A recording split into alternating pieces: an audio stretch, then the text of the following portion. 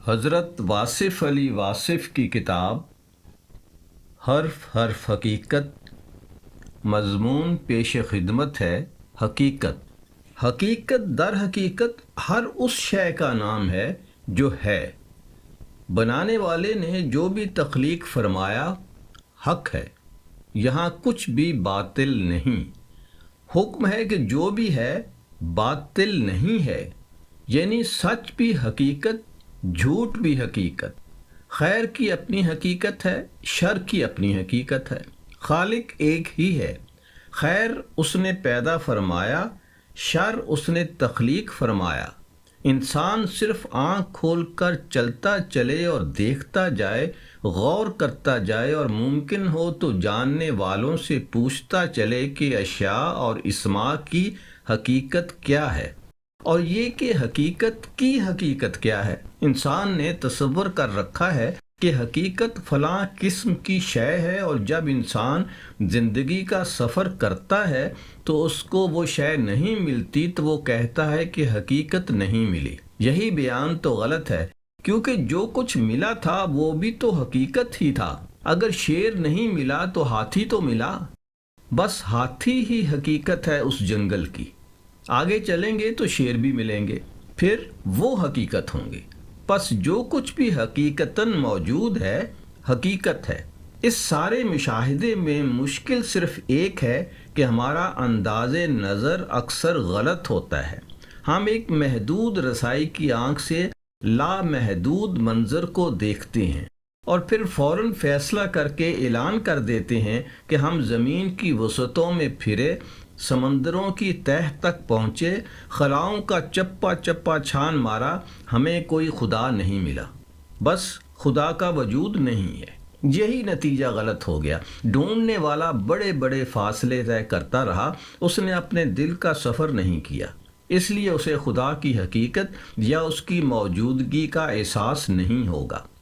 ایسے ہی دوڑ لگانے سے حقیقتیں دریافت نہیں ہوتی، فاصلے طے کرنے سے مسئلے حل نہیں ہوتے، بحث کرنے سے حقیقت نہیں ملتی۔ غور کریں اور پھر مزید غور کریں حتیٰ کہ آپ اصل تک رسائی حاصل کر لیں۔ اصل کیا ہے؟ آم کا بیج ہے، آم کا درخت ہے، آم کا پھل ہے، آم کا گودا ہے، آم کی گٹلی ہے، آم کی گٹلی کے اندر کا مغز ہے۔ کیا اس سارے کارخانہ تخلیق کے ثمریات کے پیچھے کسی کا امر تو نہیں؟ اس کو ہی حقیقت کیوں نہ مان لیا جائے؟ اور پھر امر لگانے والی ذات خود ہی حقیقتوں کی حقیقت ہے۔ ہر آخر کا اول اور ہر اول کا آخر، وہی جو ہر ظاہر کا باطن ہے اور ہر باطن کا ظاہر ہے، وہی جو نیستی کو ہستی اور ہستی کو نیستی بنا دیتا ہے، وہی جس کے قبضہ قدرت سے کسی شے کے باہر ہونے کا سوال ہی نہیں پیدا ہوتا، ہر پردے کے پیچھے موجود ہے، سب حقائق کا خالق کے متعلق ہے، وہ ہر منظر میں جلوہ گر ہے، ہر دل میں موجود ہے اور شاید ہر آنکھ سے اوجھل ہے۔ اسی حقیقت کے ذکر کو حقیقت کہتے ہیں۔ حقیقت دریافت کرتے رہتے ہیں، ہمیشہ سے ہمیشہ کے لیے دریافت نہ ہونے والے کی دریافت جاری رہتی ہے، اسی کا ذکر رہتا ہے۔ وہ ہر کلام میں ہے، ہر جگہ ہے، لیکن کہاں ہے ہم نہیں بتا سکتے۔ وہ کوئی جغرافیائی مقام نہیں کہ اسے طول بلد اور عرض بلد میں بتایا جا سکے۔ وہ کوئی تاریخی واقعہ نہیں کہ اسے کتابوں میں تلاش کیا جائے۔ وہ تو عیاں ہے، صرف ہم ہی اسے دیکھنے کی صلاحیت نہیں رکھتے۔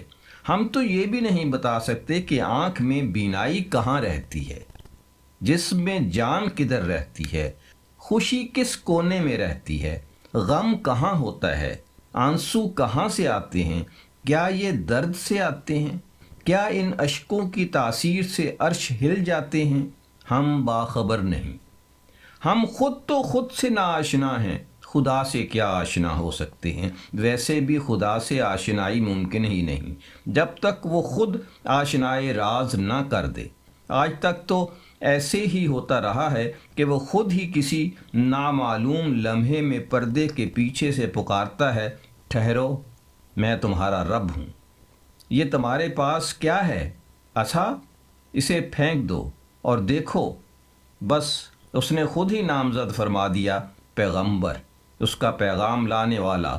وہ آشنائی عطا کرتا ہے۔ انسان خود کیا کر سکتا ہے؟ وہ خود کلام کرتا ہے، خود جلوے عطا فرماتے ہیں، خود ہی مرتبے دیتا ہے، بیان کی طاقتیں دیتا ہے، اور کبھی کبھی تو حقیقت آشنا کر کے گویائی کی طاقت سلب کر لیتا ہے۔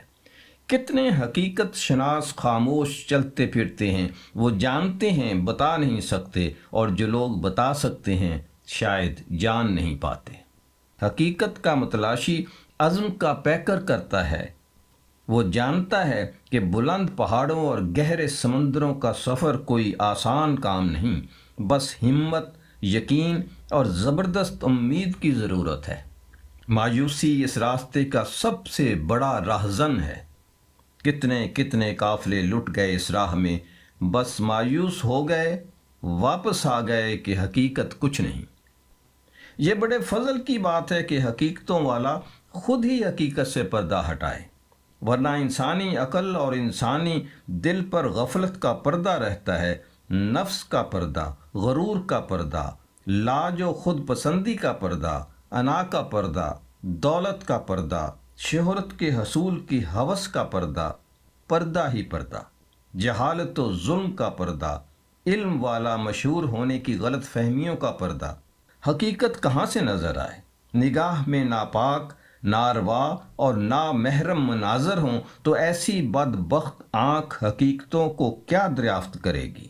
جنس پرستی کے بھوکے شکاری حقیقت کے پجاری نہیں بن سکتے۔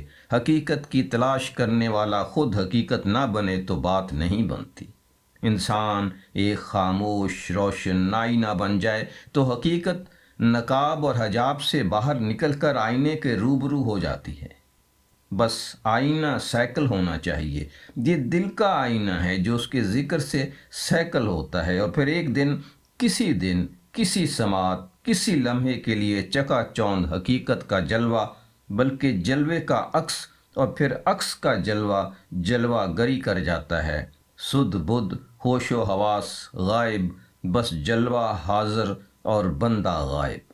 اور جب بندہ حاضر ہوتا ہے، جلوہ غائب ہو چکا ہوتا ہے، پھر وہی عام روشنی، وہ عام منظر سے منظر غائب ہو گیا، جان میں سے جان نکل گئی، اور پھر جلوہ آشنائی کے بعد جلوے کی تلاش شروع ہو گئی۔ پہلے مائل با کرم وہ ہوا، پیار کا آغاز اس نے کیا، اس نے اپنا بنایا، اس نے اپنا جلوہ دکھایا، اب وہی روح پوش ہو گیا، اب ہم اس کی تلاش میں ہیں۔ اب تلاش کرنے والا پوچھتا ہے ہر جانے والے سے کہ کہاں رہتا ہے؟ کہاں رہتا ہے جلووں والا؟ کیا مقام ہے اس کے قیام کا؟ خانہ کعبہ میں تو غلاف کعبہ ہے، مکان ہے، مکین کہاں ہے؟ وہ کہیں آس پاس ہے، سامنے نہیں ہے۔ ہم اس کی آہٹیں سن رہے ہیں، لیکن وہ ابھی تک آیا نہیں، شاید وہ کبھی نہیں آئے گا۔ نہیں، ایسے نہیں ہے۔ میں نے پہلے کہا کہ عزم کا راہی مایوس نہیں ہوتا۔ شاید یقین بھی اس کا ہی جلوہ ہے، امید اس کی ہی جھلک ہے، اور خاموشی ہی اچھی ہے، لیکن بات کو روکنا بھی نہیں چاہیے، اور اس کا محبوب صلی اللہ علیہ وآلہ وسلم ہی اس کا دیدار ہے۔ جس نے آپ صلی اللہ علیہ وسلم کو دیکھا، اس نے اسے دیکھ لیا۔ یہ عجب بات ہے، حقیقت کی تلاش انسان کے در تک جا پہنچی۔ پہلے درود، پھر سلام، پھر حقیقت ہی حقیقت، جلوہ ہی جلوہ۔ ناآشنا کے لیے شرک ہی شرک، اور آشنا کے لیے ایمان ہی ایمان۔ مقام غور ہے کہ اللہ کے ہاں انسانوں کا تذکرہ ہے، صرف انسانوں کا، اور اگر انسان انسانوں کا تذکرہ کرے یا ان سے محبت کرے اور ہمیشہ ہمیشہ ہمہ حال محبت کرے تو شرک۔ یہ کیسے ہو سکتا ہے کہ اللہ آج کل بھی درود بھیجتا ہے؟ حضور اکرم صلی اللہ علیہ وسلم کے ظاہری پردہ کرنے کے بعد اللہ کس پر درود بھیجتا ہے؟ محمد صلی اللہ علیہ وسلم ذات ہے یا صفت؟